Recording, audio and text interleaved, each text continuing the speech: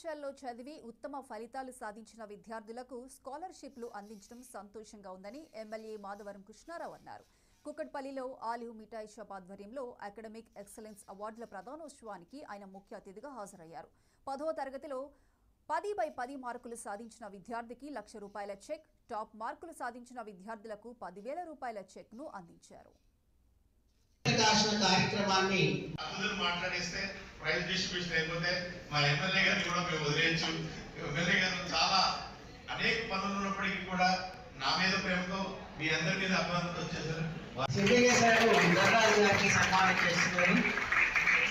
అందరి కర్తల ధ్వనులతో మరి ఎందుకు జరిగిందో నాకు తెలియదు, కానీ నా మనసు ముందు మాత్రం ఎలక్షన్స్ ఉన్నాయి కాబట్టి ఎలక్షన్లో బిజీలో పడలేమో, పిల్లలు సరిపోలేకపోయారేమో, మా టీచర్స్ కానీ మేము కానీ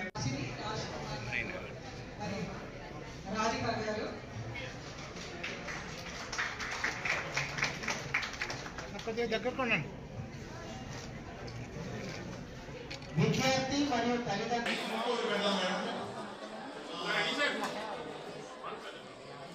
ఈ కార్యక్రమానికి విజయవంతం చేసిన ఎమ్మెల్యే గారికి, ఎంపీఓ గారికి, మా కుకట్పల్లి కాన్షియస్ లో ఉన్నటువంటి పిల్లలు మంచి చదువుకోవాలి, పోటీ పడాలి. పక్క కాన్షియస్ లో ఆంధ్ర రాష్ట్రానికి తెలంగాణ రాష్ట్రానికి పోటీ పడాలనేటువంటి ఆలోచన ఉంటుంది. దాంట్లో కుకట్పల్లి కాన్షియస్ పిల్లలు కూడా చదువుకోవాలనేటువంటి ఆలోచన ఉంటుంది.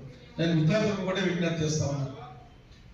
మనకు ఉన్నటువంటి చాలా కష్టపడి ఒక తల్లి ఒక తండ్రి చాలా పేదగా కష్టపడి నా పిల్లలు చదువుకోవాలనేటువంటి తపన ఉంటుంది.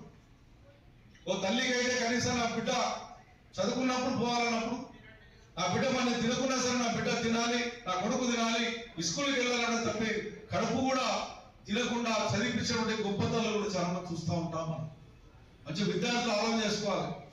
తల్లిదండ్రులు ఏదో బయట తెస్తున్నాం, మనం మంచి తింటున్నాం కాబట్టి మన నాన్న కూడా ఏం కష్టం చేయకుండా బతున్నాం అన్నటువంటి ఉండదు. తండ్రి ఎంత కష్టం చేస్తుందో తల్లి కూడా అంత కష్టం చేస్తారు.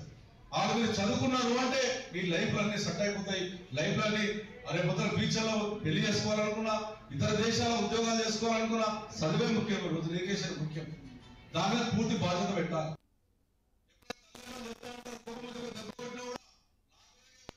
నా కోసం మీద పెట్టారని చెప్పినటువంటి ఆలోచన విద్యార్థులకు రావాలి. అప్పుడే మనం 10/10 తెచ్చుకోగలం.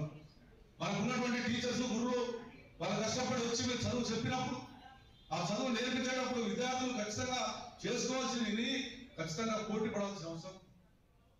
బెంచీలో పోటీ ఉండాలి, పక్కకు ఉన్నటువంటి వాళ్ళకి పోటీ ఉండాలి, పక్క క్లాస్ వాళ్ళకి మనకు పోటీ ఉండాలి.